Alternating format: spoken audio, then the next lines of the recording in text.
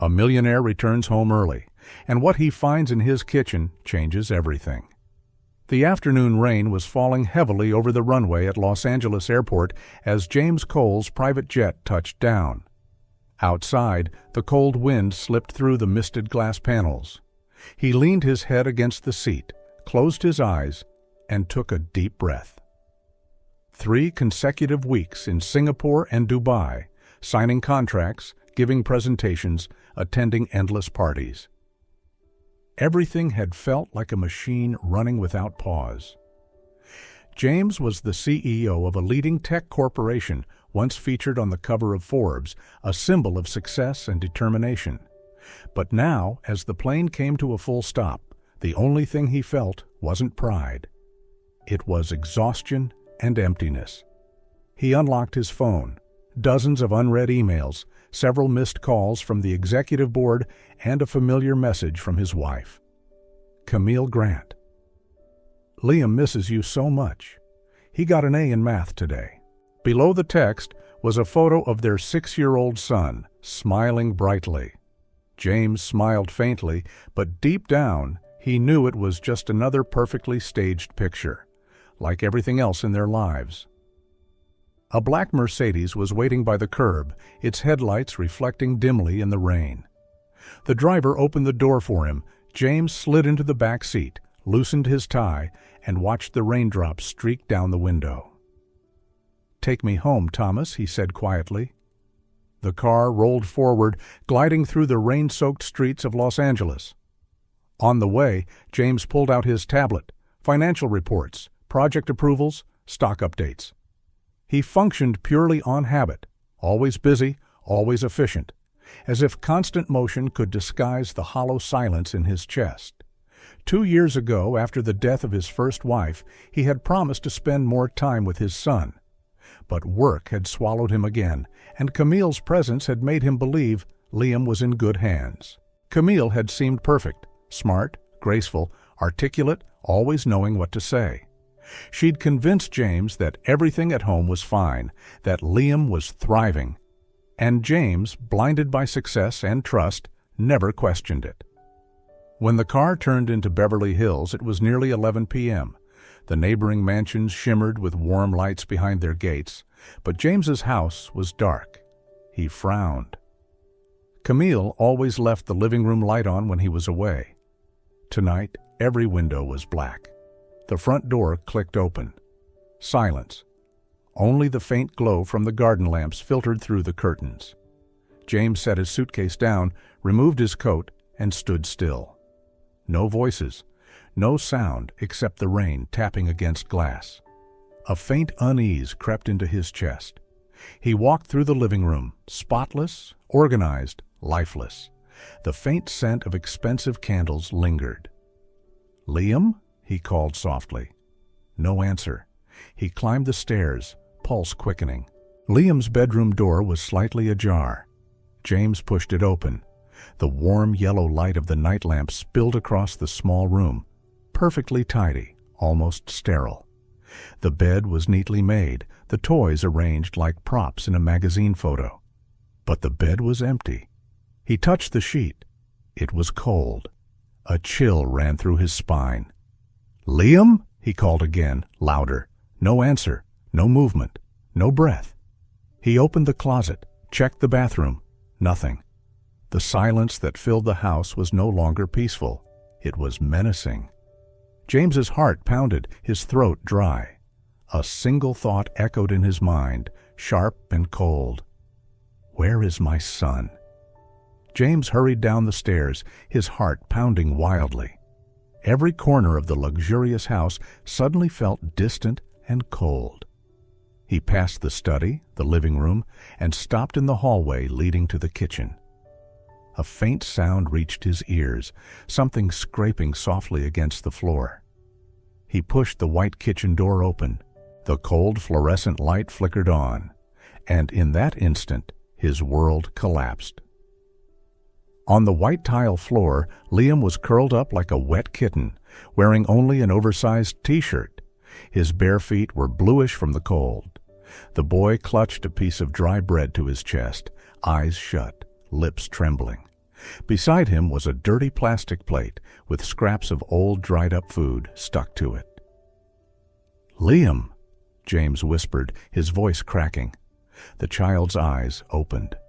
For a split second, terror flashed in them, pure, instinctive fear. Then recognition followed. "Dad?" Liam's voice was hoarse, fragile, as if he hadn't spoken in a long time.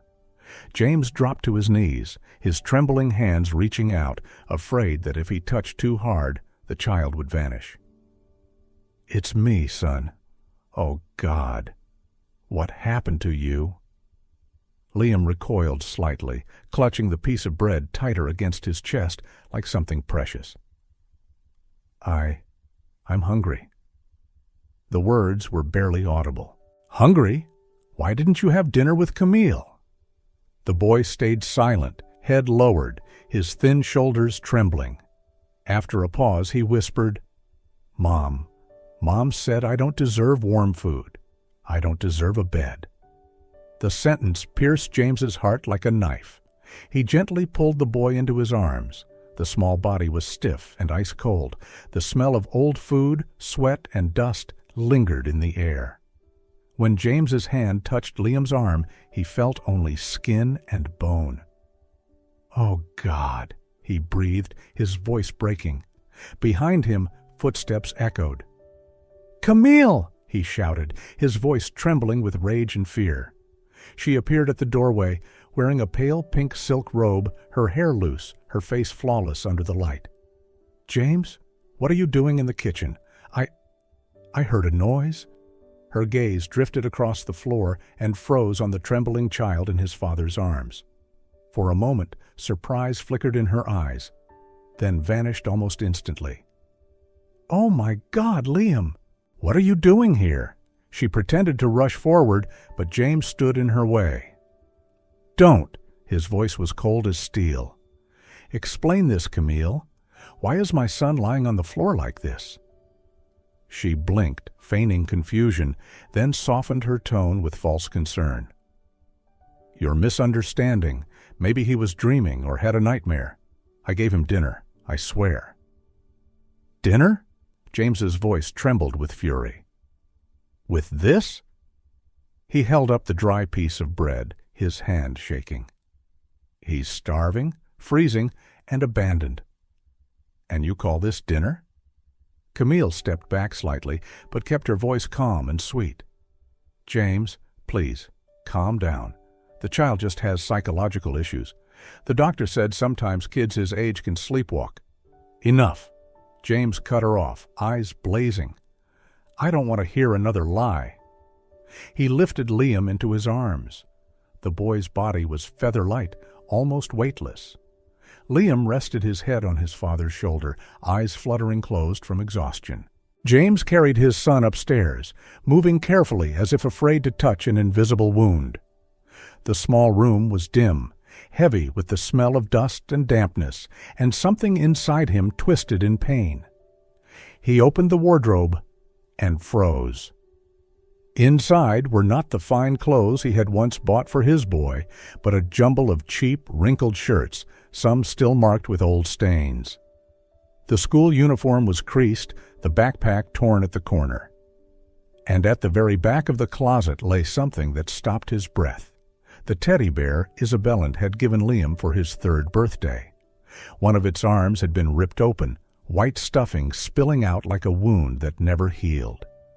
James picked it up with trembling hands, his strong fingers suddenly clumsy, uncertain. Liam had never gone a single night without that bear. Now it lay discarded like something meaningless. James sat on the edge of the bed, changing his son into clean clothes.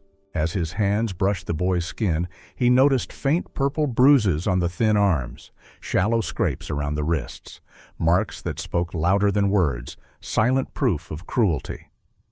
The traces of fear went deeper than any wound could reach. The child said nothing. He didn't cry.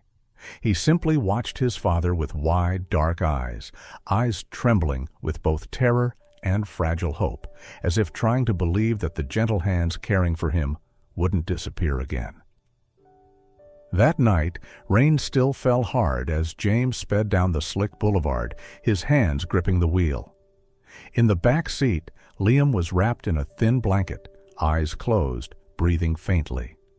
Every glance in the rearview mirror tightened James's chest, as if he were driving straight through his own guilt.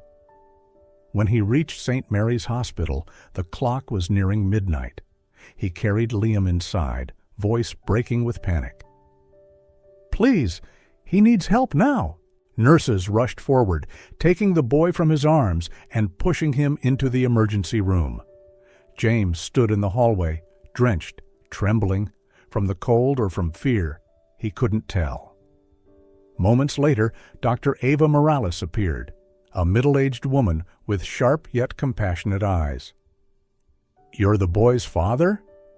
"Yes," James managed. "His name's Liam." She nodded, then spoke gently. "I need you to stay calm. We'll do everything we can, but your son, he's in critical condition." The door closed, leaving James alone with his dread. He sank into a metal chair, hands locked together. Images flooded his mind, endless meetings, empty dinners, Camille's reassuring messages. How could he have been so blind? Nearly an hour passed before Dr. Morales returned, holding a clipboard. "James," she began, her tone professional, yet heavy. "Your son is severely malnourished. He's 20% underweight, dehydrated, and showing signs of anemia. We also found old bruises on his wrists and forearms, consistent with restraint or rough handling." Her words struck like a verdict. James lowered his head, eyes bloodshot. "This can't be real," he whispered. "Liam is also showing signs of psychological trauma," the doctor continued. "He may be experiencing selective mutism, choosing silence out of fear. I'm required by law to report this to Child Protective Services." James nodded weakly. "Do whatever it takes. Just keep him safe." About an hour later, Tessa Jensen, the night duty social worker, arrived, a calm, focused woman carrying a notepad. "I know this is a difficult moment, Mr. Cole, but I need to ask you some questions." James recounted everything, from finding Liam on the kitchen floor to Camille's response. The more he spoke, the heavier his voice became. Tessa listened attentively, jotting down details. When he finished, she met his eyes, firm but compassionate. "Mr. Cole, this is very serious. Harry, from what you've described, the child appears to be a victim of neglect and abuse. We'll open an immediate investigation." James nodded, tears welling. "I should have seen the signs." Tessa placed a gentle hand on his shoulder. "What matters is that you're here now, and that you're acting. This is the time to protect your son, not to punish yourself." Through the glass window, James saw Liam sleeping on the hospital bed, frail but peaceful. A nurse adjusted the IV line while the heart monitor beeped softly in rhythm. The phone in his pocket vibrated softly, the screen lighting up with a name he now wished he could erase from his life. "Honey, how's Liam?" "I can't sleep. I just need to know he's okay." "If you let me, I'll come right away. I can't stand the thought of him suffering." Each line appeared like icy needles piercing through his palm. Those sweet, tender words, the same ones that once made him believe in the illusion of a loving wife, now twisted his stomach in disgust.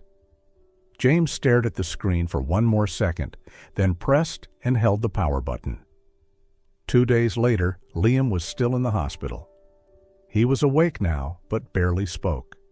Only when James was beside him would he eat a few spoonfuls of soup. Every time James held his small hand, he felt both loss and grace. Loss for the years he'd missed, grace for being given a chance to make it right.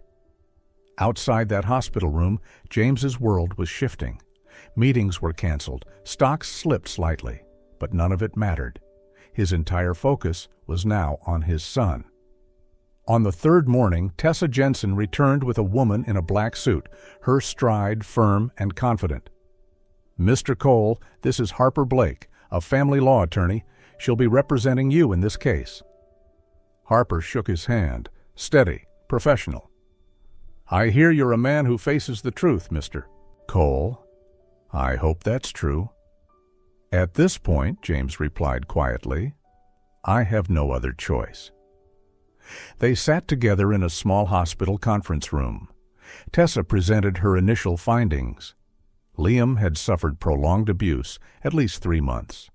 The kitchen contained no children's food, his clothes were worn out, and Camille's statements were inconsistent. Harper narrowed her eyes. We'll need hard evidence, finances, staff testimony, medical records. I'll petition the court for a temporary order to restrict Camille from contacting Liam. Do you have anyone you trust for investigative work? She asked. James nodded. Yes, Graham Reyes. He used to handle corporate security for my company. Discreet and unshakable. Perfect, said Harper. I'll coordinate with him. If Camille's been abusive, we'll prove it. That afternoon, Graham arrived at the hospital, a middle-aged man with graying hair and calm, analytical eyes. James, I heard. I'm sorry, my friend. Don't be, James said. I just need the truth. Graham opened a small notebook. Where should I start? Anywhere that touches Camille. Credit cards, bank accounts, former employees, neighbors, Liam's school. Everything. Got it. That night, Graham began his work. He pulled Camille's credit card statements and immediately spotted irregularities, thousands spent on fine dining, spas, jewelry, but nothing related to childcare or medical expenses. 3 days later, he met Marisol, the former housekeeper. Tears welled in her eyes as she spoke. She fired me for giving Liam extra soup, said I was ruining his diet. I knew something was wrong, but she paid well. Who would believe me? Graham recorded her testimony, then tracked down the previous nanny, Isabel. She confessed Camille had threatened to sue her if she interfered in family matters. Isabel also confirmed that Liam was often locked in his room for hours. Piece by piece, the truth assembled into something horrifying. Meanwhile, Camille maintained her perfect image. She posted old family photos on social media with captions like, "All I do for him. May the truth set us free." James stared at the screen, feeling equal parts anger and disgust. She's not sorry, Harper. She's performing. Exactly, Harper replied. But even the best actress leaves traces. Graham will find them. A week later, the preliminary report arrived. It included bank records showing Camille had withdrawn over $80,000 in 3 months with no child-related expenses. There were photos of her at lavish events while Liam starved at home. Tessa reviewed the report, turned to James, and said softly, "The case will go to court within 10 days, but I can assure you of one thing. Liam will never go back to that house." James looked through the window at his sleeping son, clutching the teddy bear he'd bought the day before. His voice trembled, part prayer, part vow. "No one will ever hurt you again, son. Not ever." When Liam was finally strong enough to leave the hospital, James carried his son back to their small home in the heart of Los Angeles. The house, once silent and hollow, seemed to breathe again. The late afternoon sunlight slipped through the glass windows, spreading soft golden streaks across the wooden floor, blending with the scent of chicken soup and freshly baked bread. The fragrance of life returning after weeks heavy with disinfectant and fear. James sat by the bed, quietly watching his son drift into sleep. Liam's breathing was steady, his lips slightly parted, his tiny fingers clutching the edge of the blanket as if afraid this fragile happiness might vanish. Outside, Los Angeles was as noisy as ever, but inside that little room, for the first time in weeks, everything was so peaceful it brought tears to James's eyes. On their first morning, James woke early, fumbling in the kitchen with an old frying pan. He made scrambled eggs, toast, and warm milk. When Liam appeared, hair messy, clutching his teddy bear, James smiled. "Morning, champ?" Liam rubbed his eyes, sat down, and asked shyly, "Dad, You really made this?" "Yeah, it might be a little burnt, but it's made with love." The boy giggled, the first real laugh James had heard in months.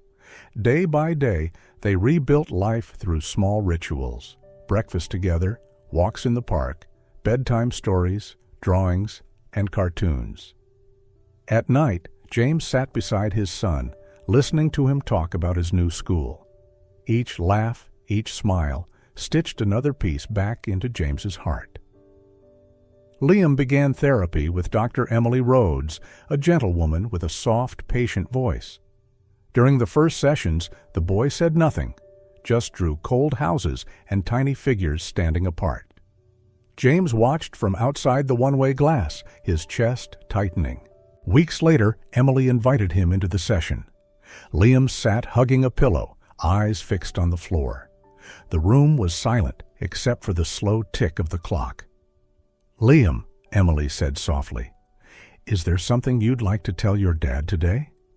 The boy hesitated, then whispered, barely audible, "Mom. Mom said you don't love me. She said you left because I made you sad." The words landed softly, but they shattered James's heart. His throat closed, his eyes burned. "Son," he whispered, voice trembling. "She was wrong. I love you more than anything. I left because I thought I was doing the right thing, but I wasn't. I let you down. I'm so sorry." He leaned forward and pulled Liam into his arms. For the first time, the boy didn't flinch. He pressed his face into his father's shoulder, sobbing softly. "I was scared," he cried. "I thought you weren't coming back." "I did come back," James said, voice breaking but warm. "And this time, I'm not going anywhere, I promise." Emily watched quietly, a small smile touching her lips. In that moment, the room seemed brighter, as if a child's forgiveness had chased away the last shadow. That night, James read Liam's favorite old storybook. When he finished, Liam looked up and asked in a whisper, "Dad, can I draw you in my picture now?" James smiled, nodding. "Of course, buddy." The next morning, a new drawing hung on the fridge: a small house, a shining yellow sun, and two figures holding hands, father and son, standing beneath a sky full of color. For the first time after months of darkness, James felt something no wealth or court victory could ever give him: the quiet, sacred joy of being a real father. Weeks passed. Liam's laughter began to fill the house again, small at first, then louder, freer. James learned to cook breakfasts, to read bedtime stories, to listen. Healing was slow, but it was real. Then one gray morning, the court summons arrived. The fight for Liam's future was about to begin. A light drizzle veiled the downtown courthouse, the Los Angeles County Family Court, cold and solemn, just like justice itself. James Cole stepped out of the car with Harper Blake and Graham Reyes. He wore a black suit, his eyes calm but heavy, his hand gripping a folder of documents. In front of the courthouse, dozens of reporters waited, camera flashes flickering like lightning. One shouted, "Mr. Cole, is it true you fabricated the story to win custody of your son?" James didn't answer. He kept his head down and walked through the crowd, ignoring the microphones thrust in his face. Across the hall, Camille Grant appeared. She wore a white coat, dark sunglasses, and flawless makeup. A few friends flanked her, along with her attorney, a tall, thin man with a cold smile. Camille turned to the press, her voice soft and composed. "I just hope justice will be done. I only want to protect the child I love." Her words echoed among the flashes, painting her as a saintly stepmother in the eyes of the public. Inside the courtroom, tension was thick as wire. Judge Arthur Mendoza, an older man with silver hair and a stern face, presided from the high bench. The case of James Cole versus Camille Grant regarding custody of minor Liam Cole is now in session. Harper stood up, voice steady and clear. "Your Honor, We will prove that this child is the victim of systematic abuse and neglect at the hands of Mrs. Camille Grant. Camille's lawyer immediately rose. Objection! There is no direct evidence, only the emotional claims of a remorseful father. We do have evidence, Your Honor, Harper replied, opening her briefcase. She began to present it piece by piece. Medical records, Dr. Ava Morales' report, Tessa Jensen's statement, photos of the old bruises on Liam's arms, and audio testimony from Marisol and Isabel. Each file projected onto the courtroom screen before the judge. The air grew heavier, each image cut like a knife. James stared at them, his throat tightening, barely able to breathe. Camille's lawyer countered, Your Honor, Mrs. Grant cared for this child during a period of deep emotional instability following the loss of his mother. The boy exhibits behavioral disorders that could cause self-inflicted injuries. Camille lowered her head, pretending to wipe tears. I only ever wanted what was best for Liam. I cooked for him, taught him, tucked him in every night. But he was distant, cold. I never knew what I did wrong. Her trembling voice was perfectly measured, and a few people in the audience nodded in sympathy. Harper pressed her lips together, waited for the right moment, then spoke. Your Honor, if Mrs. Grant truly cared for the child, why do her credit card statements show over $80,000 in personal luxury spending and not a single charge for pediatric care or children's supplies? The courtroom fell silent. Camille's side froze. Her lawyer tried to object, but Judge Mendoza raised his hand. Overruled. Continue. As the financial records and witness statements were presented, Camille's face slowly drained of color. Her lips trembled, though she forced herself to keep the same calm facade. Finally, James was called to speak. He stood, voice rough but unwavering. I'm not a perfect father. I was away too often because of work, but I won't let anyone hurt my son again. I'm not seeking revenge. I just want my boy to live in safety and love. For a moment, the room fell utterly still. Camille dabbed her eyes again, but no one believed those tears anymore. Judge Mendoza looked down at the files, then spoke slowly, his tone deliberate. Based on the evidence and testimonies presented, the court grants temporary custody of the minor Liam Cole to his father, Mr. James Cole. Mrs. Camille Grant is hereby prohibited from any direct contact with the child until the investigation concludes. The gavel struck. Camille went pale, while her lawyer, Jonathan, silently gathered the documents. James closed his eyes, a single tear sliding down his face, not from pain this time, but from relief. Outside, the press was still waiting. Cameras flashed, voices called his name. But James didn't care. He only wanted to go home, where his son was waiting. For the first time in months, the sky over Los Angeles wasn't gray. It was gold and alive. That evening, he drove home. Liam was sitting on the sofa, clutching his stuffed dinosaur, and looked up the moment his father walked through the door. "You're home, Dad." James smiled and opened his arms. "I'm home, son. Did you win?" "Yes, I did." She won't come back, right?" "No, it's just the two of us now." Liam wrapped his little arms tightly around him, his small face buried in his father's shoulder. James closed his eyes, feeling the warmth of his son, the only thing that made all the pain worth enduring. Outside, the Los Angeles sky burned with the orange glow of dusk. After everything, the truth had finally come to light. And for James, victory wasn't about defeating an enemy. It was about reclaiming peace for his child. Months after the trial, James decided to sell the old mansion, the place that had held too many painful memories. He wanted to close that chapter, not to forget, but to begin again. With the money from the sale, James bought a small house in Pasadena, one with a wide garden, a white fence, and orange trees heavy with fruit in the front yard. It wasn't luxurious, but it was a place that truly felt like home. Liam was the one who chose the color for his new room. "I want sky blue," he said, eyes shining, "like the sky after the rain stops." James smiled, holding the paintbrush and spreading each careful stroke across the wall. Each motion was a promise that from now on their lives would be filled with light, peace, and laughter. As time passed, everything began to heal. James spent months quietly working to establish a charity foundation called Safe Haven, dedicated to helping abused children and families trying to rebuild their trust in life.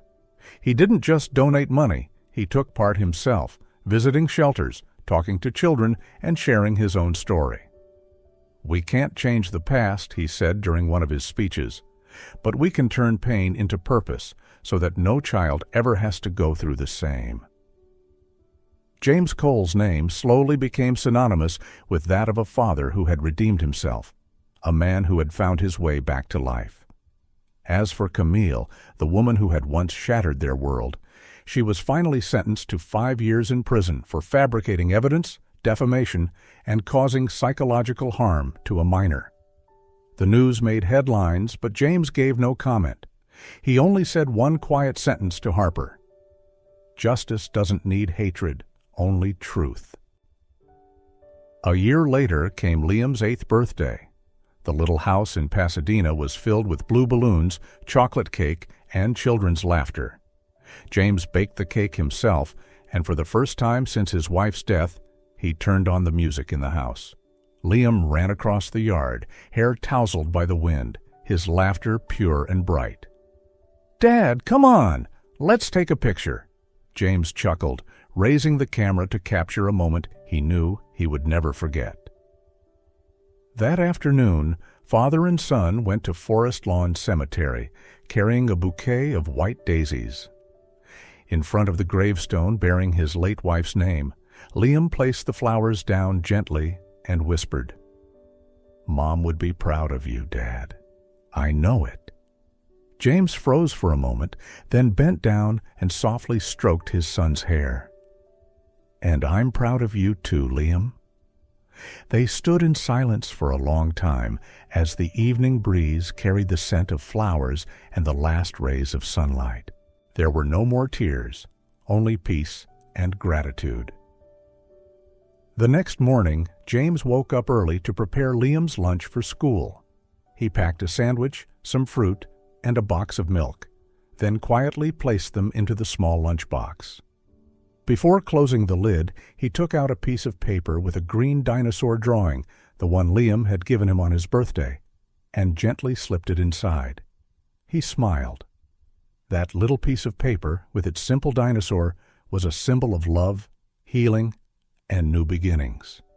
James stood by the doorway, watching his son run toward the car, backpack bouncing on his shoulders, humming a cheerful tune. The morning light bathed them both, golden and warm like honey. And in that moment, James understood. Life isn't only about surviving the storm. It's about finding the courage to begin again, and to love again, even after everything.